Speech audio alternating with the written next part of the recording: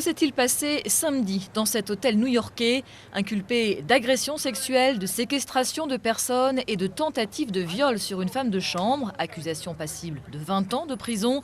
Dominique Strauss-Kahn nie tout en bloc selon son avocat et va donc plaider non coupable face à la justice américaine.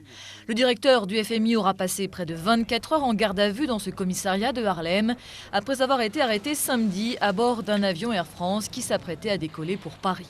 Une arrestation qui a déclenché un véritable séisme politique en France, DSK étant le grand favori des sondages pour battre Nicolas Sarkozy en 2012. Le PS est sous le choc. Les nouvelles qui nous parviennent depuis cette nuit de New York sonnent à l'évidence comme un coup de tonnerre. Et je suis moi-même, comme tout le monde, totalement stupéfaite. J'en appelle à chacun à attendre la réalité des faits, à respecter la présomption d'innocence, et puis à tous à garder la décence nécessaire. Même réserve du côté de la majorité, aucune réaction officielle de l'Élysée ni de l'UMP. Seul le gouvernement s'est exprimé et uniquement pour appeler lui aussi au respect de la présomption d'innocence. Alors que M. Strauss-Kahn doit assurer sa défense et qu'il a assuré qu'il était non coupable, notre devoir, notre obligation, notre responsabilité collective, c'est d'être prudent dans l'expression et mesuré dans le commentaire.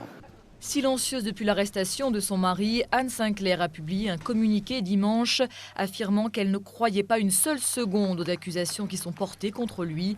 Mais quelles que soient les suites judiciaires de cette affaire, l'avenir politique de DSK semble plus que compromis.